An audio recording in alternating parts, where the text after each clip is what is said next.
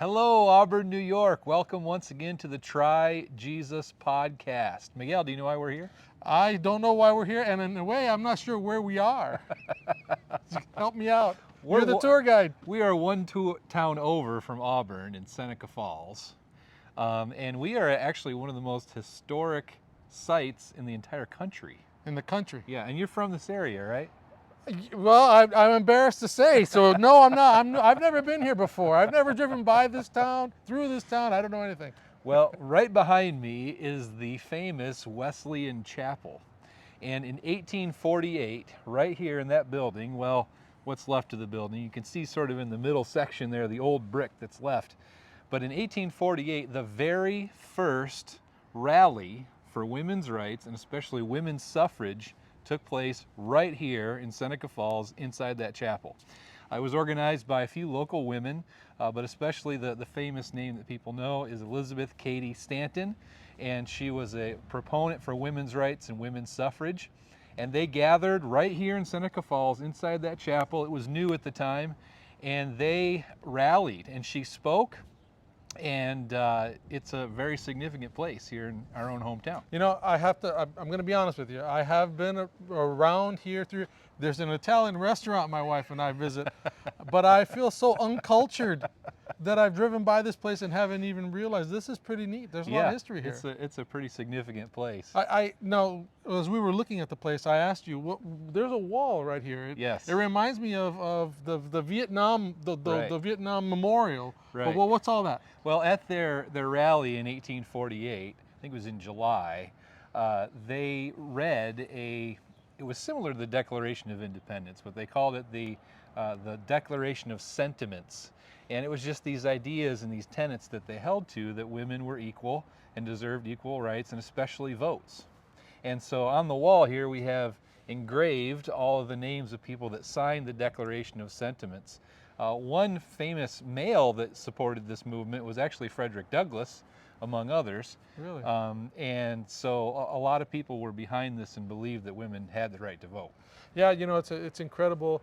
I think one of the things that I take for granted is that we believe that life has always been this way, you know, in terms of people's rights and things. I don't know, I didn't tell you this. I did a podcast a while back for the Native American history and the Navajo Code Talkers, and what they did during World War II helped win the battle in Iwo Jima. They had that unbreakable code that the Japanese could not, decipher. And that was history, you know. So I'm really enjoying. I'm enjoying the places you're taking me, Dustin. Yeah. I hate to admit and I love history. How Informed you are. Yeah, that's a good word. That's a better word than I was going to use. So how uninformed. So this is great. It's right here in Seneca Falls. I think it's great. You know, again, it's another place to take your family, take your kids.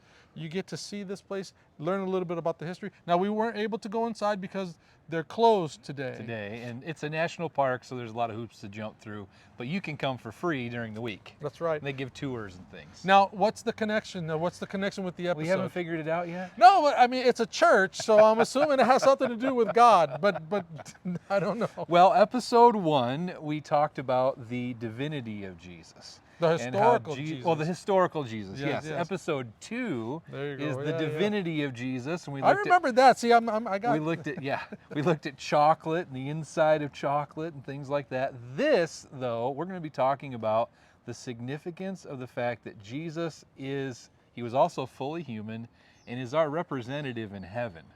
Okay. And Votes for Women was all about representation. It was all about having a voice and being heard and being seen. Wow. And the fact that Jesus was fully God and fully man helps us to know that in heaven right now we have a representative, a God that can relate to our situation and advocates for us so that we can have the help that we need. So we're going to go back to the studio, right? And you're going to kind of lead us into this discussion about the fact that we have somebody that represents us in heaven. That's right. Ooh, I'm looking forward to that. All right, we're going to head back to the studio. All right, well, guess what? We're back. That was a quick zip back to our studio. By the way, I'm here with Dustin Hall, Pastor Hall. This is episode number 3 of the Try Jesus Auburn podcast. I'm so thankful you're here to join us. Uh, I need to give a little bit of introduction. We kind of jumped into the podcast, Dustin, our location here. Mm-hmm. This is dubbed Studio 1844. Maybe we'll tell you why someday, but this is Studio 1844. We're here. I'm so thankful that we have this place to be able to present this podcast. Dustin, here we are. We just, we were at the site for the women's suffrage, this place that really is so historic. And again, I just, as I think of the fact that I drove by that place, I've driven by many times, I guess, but just, how you get so busy with life? It's almost like you have these blinders on that you don't think about all the things that are there that can just really need so much history. Mm-hmm. Absolutely. All right, so here we are. We are having episode number 3. And as I was contemplating this whole thing, as we were there talking about it, it really, to be honest, I didn't dwell on it maybe as much until just sitting here just now. This whole notion about the importance of being represented. Sometimes you just want to live your life, and here we are. Representation is important, and the women's right to vote. You know what it caused me to think about? It caused me to think about history. Times when people did not feel represented properly. And the thoughts that came to my mind, and we talked about this before we started, got on the air here, of times in history and figures in history that were either they were hurt by not caring about the people they were representing, or that they weren't represented, and it led to some dramatic changes. Like, from in the United States, of course, the Revolutionary War, taxation without representation. That's been something that's a kind of a hallmark of American politics. But you had mentioned the French Revolution. Yeah. And I wasn't there for that, even though I might look like I did, but I wasn't there for that. So Dustin, I know what's on your heart today is you want to talk about this whole importance of representation as it relates to God of all things. Yeah. I'm excited about where we're going, even though I may not exactly know what's in your mind about where you want to go. So where are you on this? How does all this tie in with the Bible? Well, there's this phrase or this name in the Bible called the Son of Man. And this title has been applied to Jesus in the Gospels, but also is a phrase that had been around for a long, long time, even in Old Testament times. And it has really some major significance when it comes to how heaven, God, can relate to us. And as a result, Jesus becoming a human, becoming a person, now having gone back to heaven, walked a mile in our shoes, lived life as we live. Now he's in heaven with all the resources of heaven at his fingertips, able to represent us, humanity, and help us, provide divine help on our behalf. And, we have this notion, and throughout history, there's been this idea that God is sort of this figure that sits up there in heaven on his throne, and he's sort of detached and can't relate to people, and, will strike you down with a lightning bolt the first second he gets, the first second you displease him. But as we talked about last time, the Son of God, Jesus, living as a human, but being fully God, now he's gone back to heaven after the resurrection, and he's there having had this human experience, knowing what it's like to live in this sinful, decaying world around us. Now he's standing there with all the authority of heaven, able to sympathize with us humans down here. So is it fair to say that today's episode or the content is kind of almost like a part 2 of episode 2? In a way, yeah, it is in a way, because, there's these two, not competing, equal sides to who Jesus was, fully God, fully man, and then what that means I think for us. It's funny how you can say something and it triggers a thought. It seems to me that I don't know that a lot of people think about this. You're saying that, so Jesus, historical figure, part episode 1, Jesus, Son of God, episode 2. All right, well, that's it. son of man, or he's a human being. He's God. He came, he lived, he died, he's up in heaven. Okay, but you're saying that there's actually a part 3 to this whole Yeah. thing, and that part 3, um, this is what we're talking about. You know, what do the first two mean? What is the relevance? And this is where those two come together. This is the relevance. And what we're going to talk about today, this powerful notion or belief, this truth that God is in heaven with, like I said, all the resources of heaven at his fingertips, having had lived and know exactly what it's like. He can empathize with our weakest moments and all of our experiences. So now he's in heaven with that knowledge, with that experience, and with our best interest in mind.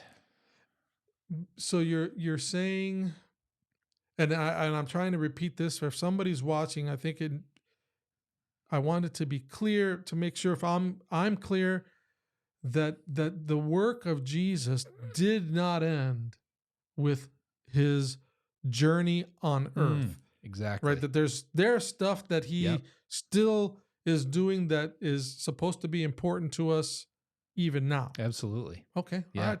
Talk to me. Yeah.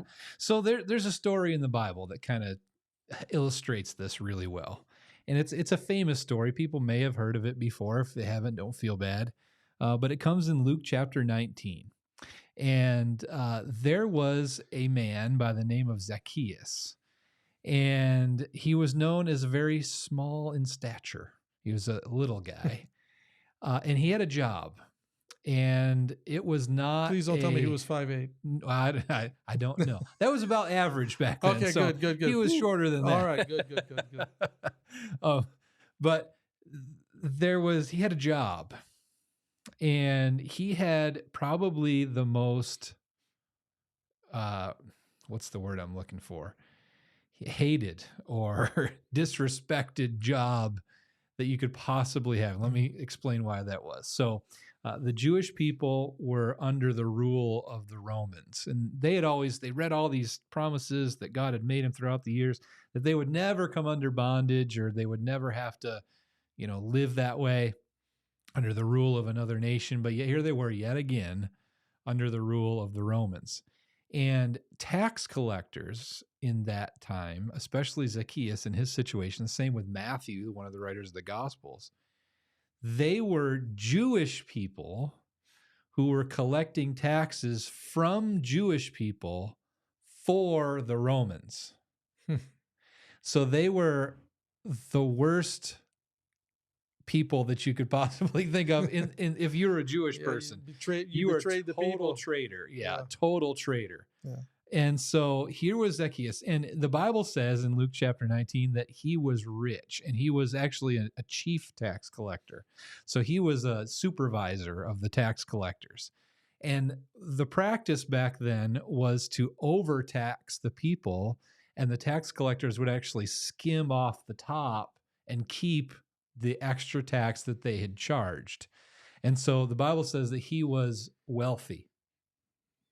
But same thing happened to Zacchaeus that happened maybe to some people that are tuning into the podcast.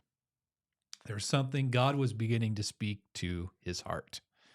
God was beginning to move in his life. And he heard that Jesus was going to be passing by. I don't know if he was in his office or where he was when he got word of this, but there he is, and he hears Jesus is on his way by, but there's this crowd of people that begins to gather. And because he's this short guy, he's little, he can't push his way through to the front of the crowd. Jesus is going to pass by without him being able to see him. So Zacchaeus climbs up in this tree and sits there, and he waits until Jesus comes by, probably with his disciples and a mob following him, most likely. Something really incredible happens.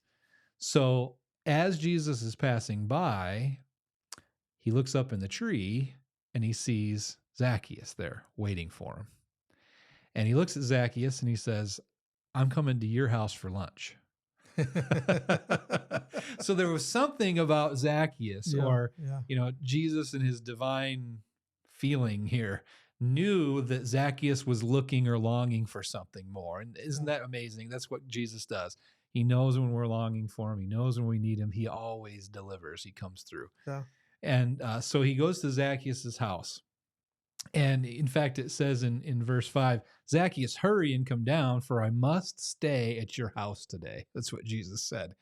And so he hurries down, and they go, and Jesus is his guest, and his disciples are his guests. And through this relationship with Jesus that builds just in this day, Zacchaeus says this, behold, the Lord, he has gone to the house to be a guest of the man who is a sinner. He recognizes that he has been defrauding people. Behold, Lord, half of my goods I give to the poor. And if I have defrauded anyone of anything, I restore it fourfold. I'll restore it fourfold. So give it back with interest and more. And so this, you would think that would bankrupt. You would think he bankrupted himself. Apparently, he didn't care. How do you give 4 times back what you stole? Yeah, I don't know. He must have been extremely wealthy. Yeah, that's other sources of income. I don't know, or he totally bankrupted himself. Yeah. And so there was this. This is the amazing thing, and this is the kind of relationship that Jesus wants with all us, that personal touch. Yeah. And this is the first aspect of this idea of the Son of Man. So throughout the Gospels, and I think it's 80 times, 80 times in the Gospels, Jesus is referred to as the Son of Man. He even calls himself the Son of Man many times. And it's this constant emphasis that Jesus, number one, wanted people to recognize and understand that he was human, that he was flesh and blood, that he was a real person. Yeah. That's the first aspect of it. And so here we see Jesus doing real human things. He's walking down the street. He sees the guy up in the who need him, who's longing for him, who's looking for something more. And then he says, I'm going to come over to your house for lunch. So he goes and sits with him, and he eats with him, and he has a relationship with him. And through that personal human touch, he gets to know Zacchaeus, and Zacchaeus is transformed in his heart as a result of that personal relationship with Jesus. Yeah, there's something that I've read this story before, something that jumped out at me, and you brought it back to my mind. You know, if I didn't know you, in other words, if we were just strangers, and I walked up to you and I said, "Hey, you're taking me to lunch." So, hey, come here, come down. I'm going to your house to eat lunch. Yeah. If you don't know me, you're going to be thinking, "Who is this nut job?" Yeah. But if we're friends, in other words, if we're friends, and hey, listen, we're going out to eat and you're buying, you don't even think twice about it. You're just like, okay, this is what friends do. Yeah. And the way that Jesus did that, to me, that it's just an interesting thing that you talk about that connection. It's like Jesus was talking to him the way you talk to a friend. Yeah, absolutely. And the other aspect of this too is that, we have other stories of Jesus making his own food. The loaves and fishes. He doesn't need that's a good point. to go over for lunch. That's right. But he does it because he wants this personal touch. You know what? I didn't think about that. Relationship with Zacchaeus. He didn't need to go anywhere. No. So, hey, you're buying lunch. Yeah. I have a friend who, I have a friend who's a doctor, an anesthesiologist, and these guys, they do well. And every time we go someplace, I make sure that he pays. And it's kind of a joke. We're like, hey, you want to go out? Yeah, let's go out. So you're buying, right? Yeah, of course. Because we're friends. It's not. Now, if we didn't know anyone, if we didn't know each other, and I was just freeloading, mooching off the guy, then that probably Jesus is treating him like a friend. Yeah, he is. He is. All right. So question. Yeah. What does the connection Son of Man have to do with where we were at? The whole women's suffrage thing.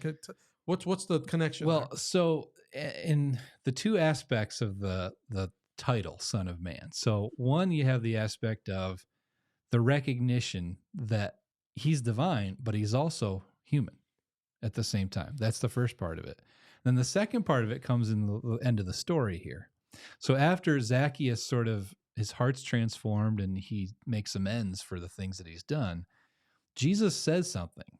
And in verse 9 it says, "And Jesus said to him, 'Today salvation has come to this house, since he also is the son of Abraham. For the Son of Man came to seek and to save the lost.'" So he's calling himself the Son of Man again. And this time he's declaring something. So he's declaring Zacchaeus' salvation and transformation. So it comes with authority at the same time.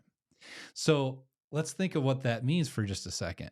So first you have, in our last episode, we talked about the divinity of Jesus. So he's fully God. Right. But also he's the Son of Man, so he's living life here on this earth as a man.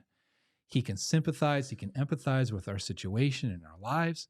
And then that title, that mix, that perfect mix of fully God and fully man, comes with authority. So the humanity has representation in heaven that comes with authority through Jesus. So okay, so I wanted to stop you and ask a question right now, because you, in this episode, if people have been paying attention, you've used the title Son of Man a lot in this episode. Mm-hmm. And I mean, I'm like, listen, I'm all about him being the Son of God. Uh-huh. That's what I'm about. So what's the deal? I mean, and you kind of answered it somewhat for me, but why does it matter? Son of Man. What's the big deal there? So it's actually an ancient term, and we'll look at that here in just a couple minutes. But it comes from the book of Daniel, and maybe we should do that now. Why don't we do that now? So let's go to Daniel. I'm going to go to Daniel chapter 7. Okay. People can look that up if they want to. It's in Daniel chapter 7 and verse 9, and this is a prophetic book. So a lot of symbols in the book of Daniel. In God, maybe it's worth mentioning now, but God speaks to prophets sometimes in symbols because he's showing them things that are going to come to pass in the future. And if you were to show someone something that was going to happen in 100 or 200 or 300 years, to show them that actual thing, they wouldn't have the words to speak to be able to write it down so that people after them could understand what they saw. Right. So God speaks in symbols many times because he's trying to put it into digestible terms so that the prophet can write it down. And so we have a beautiful vision here in Daniel of the judgment. So we talk about our halls of government where laws are made. We talked about women's suffrage and women wanting a voice in those very halls, in those very rooms where laws are made and decisions are made. And so here in Daniel 7, we're given that vision. And we see God there, the Ancient of Days, he's called, and he's sitting there, and the angels are all around, and the court sits down. And in Daniel 9, verse 7 verse 9, I should say, 7 verse 9, as I looked, thrones were placed. The Ancient of Days took his seat. His clothes were white as snow, hair like pure wool. And he had fiery flames from his throne. Its wheels burned like fire. A stream of fire issued and came out from before him. 1,000,000 served him. 10,000 times 10,000 stood before him. The court sat in judgment, and the books were open. So here we have it. The sitting of heaven's court. And then if you read a little bit further on, you see a main figure emerge and stand before the court of judgment here. And it says, one like the Son of Man. And so throughout time, biblical expositors and people throughout time have identified this as the Messiah, the one who comes with authority, the one who is heaven's representative in charge of this judgment. And so this is where this term started to begin. So Jesus made this whole when he spoke to Zacchaeus, he chose those words He intentionally. sure did. He sure did. Okay. Because here's this courtroom scene where laws are being enacted, where authority is being voiced. The Son of Man emerges. And so Jesus uses that term Son of Man to Zacchaeus to refer to him. I have the authority to declare you have experienced salvation. And so that's where this term comes from. So it's Yeah, not, that's deep. it has dual meaning.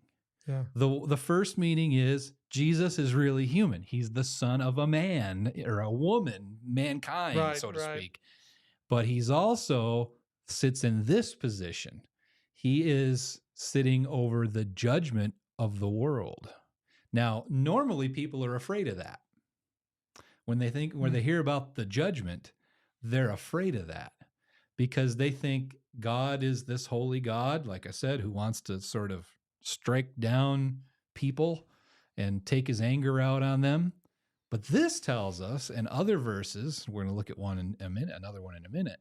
This tells us the one who's in charge of the judgment is humanity's representative in heaven.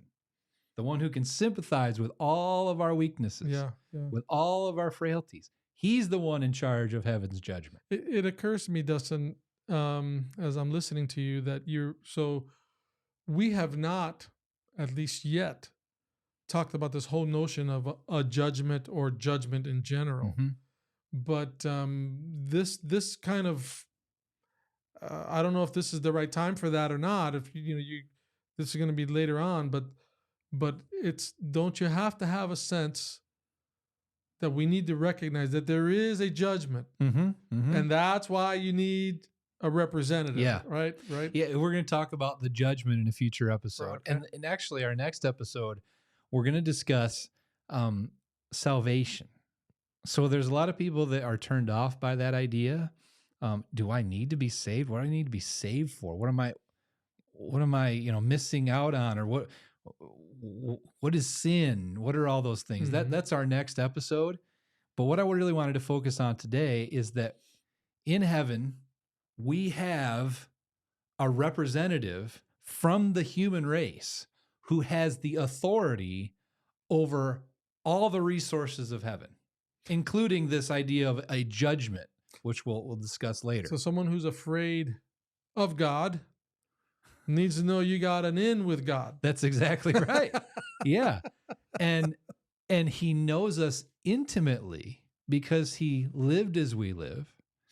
And I love this phrase. I heard it. I don't remember who I heard it from, but the one who knows us best loves us most. And he is the one who's standing with all of the authority of heaven and earth because, and what scripture tells us is that the reason that he's been given this authority is because he did come here.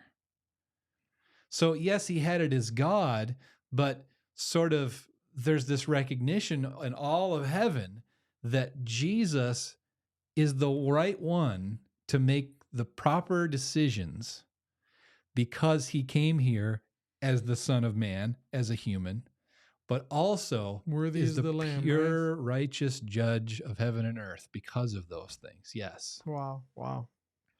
Well, I think it's interesting. I think it's interesting, this whole notion of, I don't know that a lot of people think about that. I mean, even when you hear preachers on the radio or TV or what have you, we talk a lot about the importance of salvation. We talk about what Jesus did on the cross, but I don't know that I hear too many people talking about what it means now. You think Jesus finished all his work. He did everything at the cross. I mean, he even said, it is finished. Yeah. Right. So maybe I should ask you the question. When Jesus said it is finished, you're saying it's not? No. So, actually just shared a study not that long ago on this, but, in next episode, we're going to talk about that. Maybe I should leave it at that. Okay. But there was this promise from before the dawn of time that God would remain faithful to us. That's our next episode, that God would remain faithful to us. And so in his crowning moment. Jesus is hanging on the cross. People don't think of that as a crowning moment, but for him it was, because it showed that God was truly faithful to this promise that had been made before the dawn of time, that he was truly faithful, and that he was keeping his promise to us that he made before the dawn of time. Yeah. And so he says it is finished because the promise has been kept. Yeah. Right. So that part of the work is finished. But there's also what we have to recognize is that we may be forgiven. We're going to talk about forgiveness next time. And God may forgive us for our mistakes and our sins, but the consequences are still around. Oh boy, are we going to have an episode just about that? Because that's something we don't think about. Yeah, we will. And it goes into this idea of the judgment. Most people are afraid of the judgment, but number one, we've heard that Jesus is in charge of it, and he's our representative. We can empathize with all of our experiences. But at the same time, is God has been taking the blame for all the bad stuff that happens on earth. We're putting a little plug for a future episode, but let's think about this for a minute. Who do people blame when bad things happen? God, why are you doing this to me? God, why are you allowing this to happen? Right. God, why don't you do something? Or maybe they even look at all the bad things and they say, there is no God. Yeah. Because of all of these bad things. So the one that's been having the finger pointed at him all this time is God. Yeah. And really, he has had nothing to do with it. It's not his fault at all. Yeah. But yet he has allowed us to load that on him so that things can play out, so that we will long for what we find in Jesus. And I'm giving another podcast here, but the ultimate idea of the judgment is putting the guilt of all of this nastiness back in the right place. Well, let me take a pause so that we can recorrect. Otherwise, we're going to have two podcasts in one. Let me say this: if you're watching, Pastor Dustin is sharing some stories, but he's referencing some scriptures, which you, like me, if you're listening to Dustin share this information, there may be questions that may be coming up in your mind. I want to let you know that you can have direct access to Pastor Dustin. You can ask him questions. Mm-hmm. You can ask him Bible questions. As a matter of fact, at some point, we're going to be announcing these Bible Q&As that he's going to be doing online. But try JesusAuburn.com. Go to the website. Check it out. You can see links to the episodes we're going to be putting up, but also you can ask him questions directly. Yep. Because I think Dustin, some of the things that we talk about, it's hard to talk about one thing without a natural question about another subject. And maybe some people they want to, mm-hmm. As a matter of fact, I got a phone call yesterday from a guy who was driving down the highway and came across a sermon on the radio, and he called me and he said, I have a question. And so, if you have a question, if something you hear moves you, you can get in touch with Dustin. Yeah. And I want to emphasize that is when you email from our website, I'm the one that's answering those. It's not a team of people. It's me. This is a new movement of people in Auburn. This is a brand new project. We want people to become a part of it, but we are a small group of people just trying to proclaim the good news of Jesus and who he really is. And so you're getting access to me. That you're contacting me when you send that question in. So I need to apologize for steering away, but maybe that was a good segue into plugging the. No, not at, I mean, this aspect of the judgment is something that people need to recognize and know, and we're going to talk about that in a future episode. But it's the Son of Man comes with that authority, comes with the authority of being able to determine saved, lost, right. That sort of thing, and to know that in heaven we have this representative that comes with all the authority of heaven. Right. Who can totally sympathize and empathize with our story, with our situation. I find it interesting, Dustin, when two people are having a conversation about the scriptures. We're both pastors, mm-hmm. but it's funny the approach that we take to some of these things. So when I hear the term Son of Man, that's not the first thing that comes to mind, this representative in heaven. I think of the Son of Man as he's talking about his human side. That's it. Not the implications of his human side. And so you're talking about that there's an implication to his human side, and that implication connects us to heaven. Yeah. So see, when I think of that, I don't say Son of Man, I say High Priest.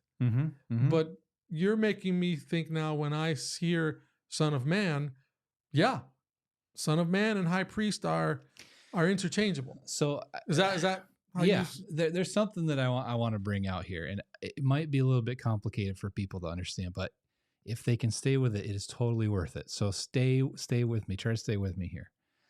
So I mentioned in the last episode that all God has ever wanted is to be with us. All right. And people have this concept and this idea that heaven is beyond the cosmos, right? And to say that I know what heaven is, or I know what that realm is like, I don't know. But I do know that God, throughout time and history, has found ways to break down that wall of separation between heaven and real life here on earth. The first place he did that was the Garden of Eden. So the Garden of Eden was a crossover between heaven and earth. God dwelt there. He walked and he talked, and he was face to face with Adam and Eve. It was this total crossover between the two. And there's some other examples in Scripture as well. What we need to recognize about Jesus is that he was the physical embodiment of the crossover between heaven and earth. In Jesus is where heaven and earth met. So heaven came down to our planet in Jesus. Yeah, yeah. And so that's what he took back, wherever heaven is. That's where he took back with him, the crossover of heaven and earth. And yet, and this is the amazing thing, he did it without having been tainted by the decay of this world. He did it as a perfect representative of humanity. And having overcome this decaying, sinful world, he went back with the perfect ideal of this, but being able to sympathize and empathize with the falling, decaying world. Yeah. So this is really a major development for us, that we now have representation, heaven and earth together, representation Right. in the courts of heaven, whatever the courts of heaven are like, in the person of Jesus. And he stands there with the authority, all the authority of heaven, having been this crossover between heaven and earth. What's the benefit of that? I mean, what somebody's listening and watching, and they're hearing this stuff. Okay, I mean, I think it's hard to. The Bible makes it clear, I would think, but what's the benefit to somebody today? Why is that important? So there's a verse, I think we have it. We're going to put it on the screen. It's in Hebrews chapter 4, and it speaks to that perfectly. So Hebrews chapter 4, it's a New Testament book. It's toward the end of the New Testament. And it uses, again, symbolic language to talk about some of these things. And it uses sort of Jewish symbolism, but we'll be able to get the point of this completely. So Hebrews chapter 4, beginning in verse 14, says, "Then we have a great high priest."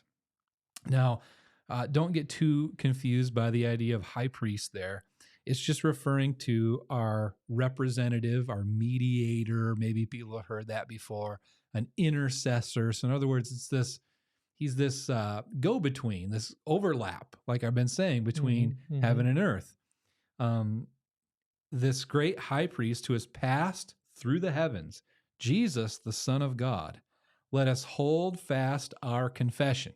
For we do not have a representative or high priest who is unable to sympathize with our weaknesses, but one who was in every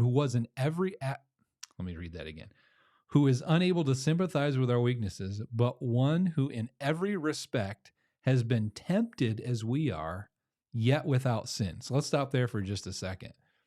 So Jesus came to our world, lived as we lived as a real person, and was tempted with all the types of temptation that we face. Mm-hmm. Yet he didn't give in to that temptation. He didn't become part of the decay. So he knows what that's like, but he hasn't been changed by the decay of our world. That's amazing in and of itself. It sure is. He didn't fall. He didn't fall. He could have. Right. He could have made other decisions. But He was had stood that there, ability, but he chose not to. He chose to stay faithful. Hmm. So he can sympathize. I mean, let's just stop and digest that for a second. To come to a place of such suffering and decay and sin and hurt and shame and go through all the things that Jesus went through that we've noted in earlier episodes and not have that change you Mm-hmm. and taint you. I mean, look what happens in families through hereditary addictions and abuse and trauma. Yep. It changes us. It affects us. So Jesus was able to not have those things change him in a negative way that would make him too much like this world. Wow. So he became untainted by this world.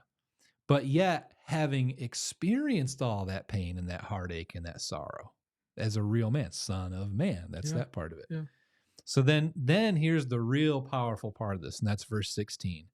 Let us then with confidence draw near to the throne. I love it. Not the throne of judgment, not the throne of condemnation, not the throne of anger. This is talking about God's throne, near the throne of grace, that we may receive mercy and find grace to help in time of need. Woo. That's amazing stuff. So that's powerful. Yeah, what this is saying is that because Jesus is Earth's representative, we have representation in heaven. And because he's been tempted in all the same ways as we are, we can go boldly right to God, because God can empathize with all of our heartache, all of our heartbreak, all of our stuff. He sees us. He knows us. He feels us. Through Jesus, go right to him, and we get the exact amount of grace and mercy and power and answer that we need in order to endure this world of decay. Yeah, Dustin, the thought comes to my mind. I'm thinking of a person who is, again, they're on the fringes of religion, let's say. Mm-hmm. And I've always found the term high priest that it would be difficult for an average person living here in this time to understand what the word high priest means, because when I think of high priest, I think of voodoo religions and these crazy things. But the notion that God is high priest, Jesus is high priest, what does that even mean? But what you're saying, if you can understand what the Son of Man is, right, then you know what the high priest is, what his job is, and why that's important. Yeah. And just a real quick, the high priest idea comes from the Old Testament. God had set up a form of worship with a temple, and a bunch of things went there, and everything done in that temple was to foreshadow the coming of Jesus, or who Jesus would be. And one of the roles was this high priest, but his special job was to be this go-between between the sanctuary, which was sort of God's throne room, a picture of God's throne room, and the people. So he would kind of go back and forth as their representative. So that's what this is referring to. That's why it uses that term. But yes, exactly. Son of Man is the same kind of term. He's the go-between between the divine and the human. Yeah. I want to tell you a story real quick. I know we're probably getting near the end of the podcast, but it helps me understand this better. Maybe someone else. I got a speeding ticket once. I mean, I've gotten a speeding ticket more than once, but I mean, one time I got a speeding ticket. 2 weeks later, I got a second speeding ticket. Oh, no. And I thought, oh, man, this is going to cost a ton of money. So I talked to someone, and they told me, said, listen, go speak to the trooper that issued the citation and ask him if you can, get a break. So I reached out to him and I said, look, man, I'm sorry. Da, da, da, da, da. He said, well, I'll reach out to the judge when you go there. But he didn't say anything else. So on the day of the trial, I go to the court, and it's like there's a bunch of people sitting there, and the judge calls each one up, and pay this or that. Finally called me up, and the judge says to me, "So what's your name?" And I told the judge my name, and the judge says, "Hold on a second." And they started looking around on their desk, and they had like a blotter. He lifted up the blotter and had a sheet of paper under it. He pulled out the sheet of paper, and it had some names on it. It had about 9 or 10 names. And he looked down and said, "Oh yeah, my name was on that list." And he said, "Okay, I tell you what, why don't we change the citation to parking on pavement, and we'll fine you $50." And I was expecting, like at that time, $250 fine. Mm-hmm. And I was so excited. "Oh, thank you, thank you." So, yeah, no problem. And because my name was on the list. Why was my name on the list? Because the trooper went to the judge and spoke and said, "Look, take it easy on him, you know." And so, I think of this whole notion of this. You're talking about Son of Man. Mm-hmm. You're talking about high priest, and you're talking about. I'm going to throw in the word mediator, Mm-hmm. because 2 of those 3 words are hard for non-Christians, people that haven't been doing this. They're hard for people to get. It makes no sense. Mm-hmm. Who needs a mediator? Yeah. Who needs a high priest? Yeah. A high priest sacrifices people to volcanoes, right? But Jesus is all that, and Son of Man is that's what helps you understand that. That's pretty powerful, powerful. And not just that, but as we saw in Daniel, the Son of Man has the power of the judge. So not only is our lawyer or our representative or our mediator the one who can sympathize and empathize with every one of our circumstances, he's also the judge who has the ability to say not guilty. Yeah. And he has done that. Yeah. So really, when you think about it, who could possibly lose if you truly are seeking, God and Christ? I don't know if I'm being sacrilegious or anything, but I think people are afraid of the judgment. Mm-hmm. And of course, the judgment means that there's a judgment that takes place. But, the whole essence of the gospel and what you're saying here is that, you can get it in with the judge. Yeah. Because the judge and the representative, they're one and the same. All the same person. So it's like being invited to a rigged courtroom. It is. I don't know if that's the wrong way to say it. Yeah. Someone's going to get upset with me saying that. But well, the judgment is rigged in your favor if you want it. And when we talk about the judgment proper, we'll bring this out more, but the only reason anyone would be quote unquote lost is if they make a conscious decision to say, I don't want grace and mercy. I refuse to be transformed like Zacchaeus was transformed by the presence of Jesus in my life. I don't want that. I don't want any part of it. That's crazy. And then I would say, why not? Yeah. Look at who Jesus was. Yeah. Look what he represented. Listen to what he taught. Look at how he behaved and how he intervened on behalf of people. That's who God is. Yeah. Why would you not want that in your life? Dustin, I think we're probably at the near the end of the podcast here. I want to ask you, what's the takeaway from this? What would you like someone who knows very little to nothing? God exists. Jesus lived. He was a human being. Mm-hmm. Jesus, okay, Jesus is God. I get it. Okay, guess what? Well, you've just introduced a whole different aspect. I guarantee you somebody's watching and saying, wait a minute, Jesus is doing something for me after he died on the cross. Mm-hmm. What would you like someone to take away for this thing from this episode? Yeah. Well, we started off by talking about women's suffrage and having representation. And all around us constantly, and this is becoming more and more of an epidemic, people feel lonely, they're stressed, they don't feel heard or seen or appreciated. They don't feel like they have a voice. And what we have just studied today is that we recognize that in Jesus, we are completely seen, we're known, we're loved. Not only are we seen, known, and loved completely and fully, most intimately, but we also have that person at the center of heaven advocating Hmm. for our rights, our needs, our weaknesses, and to gift us with incredible abilities to do world-changing things. Hmm. That's who stands at the center of heaven, the one who is for us. Yeah. Yeah. I love, and I'm going to steal this also. You're giving me things. I'm plagiarizing them to the hilt. Holy and hijacking. And I'm going to take all the credit for it when I get in the pulpit.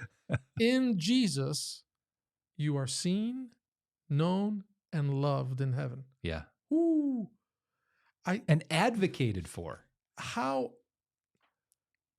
Dustin, this is probably not the right way to end the podcast. I feel in a way like some of us in the church owe the rest of the world an apology. I agree. Because I think sometimes we lead with hell and fire and brimstone. Mm-hmm. And we mean well. We want people to recognize the condition they're in, that there's a soon coming judgment, but it makes Jesus out to be, pick your TV show. Who's the villain in your favorite TV show? Mm-hmm. We make Jesus out to be that, and worse. yeah, and the idea that no, this is why he came. In Jesus, you're seen, known, loved in heaven, and advocated for. Mm-hmm. That's powerful. Is there anything you want to share before we bring this to a close? I know you have a prayer you always like to end with. Yeah, I just want to end with the prayer. And so this has to go right along those lines, and being seen, known, loved, and advocated for. So these are the words I want to give you to pray, as I do at the end of every episode. And I think it's a significant one, and it can be life-changing for people. So it just goes like this. If you feel rejected, outcast, misunderstood, insecure, not good enough, Jesus, I want to try you today. You know exactly what that's like to feel that way. And I recognize that you're the judge. You are the Son of Man for me, my advocate, my judge. You're the judge of the whole world, and you stand at the center of heaven on my behalf. You see me, you know me, and you love me. Please come into my life. Powerful stuff. We're going to bring the podcast to a close. Let me just say this, that if you have been impressed, moved, if something is stirring inside of you as you listen to Pastor Dustin share these things, he would agree that it's God speaking to your heart right now. And I want to encourage you to do something. I want to encourage you to get on the internet, get on the website, tryjesusauburn.com. Check out the episodes that you're going to find there, but also get in touch with Pastor Dustin. We'll send you a free t-shirt. Let's see. I don't know what that looks like. I just don't look as good. I don't look as good as he does in his t-shirt, but trust me, it'll look better on you than it does on me. TryJesusAuburn.com. We'll get you some t-shirt, some counsel. Look, putting on the t-shirt says you want to be a part of the movement. We're inviting you to be a part of the Try Jesus movement in Auburn. Again, get in touch with Pastor Dustin. Bible questions, Bible answers. We want you to be a part of this family. Again, thank you. We're looking forward to some more episodes coming up, and we'll see you next time.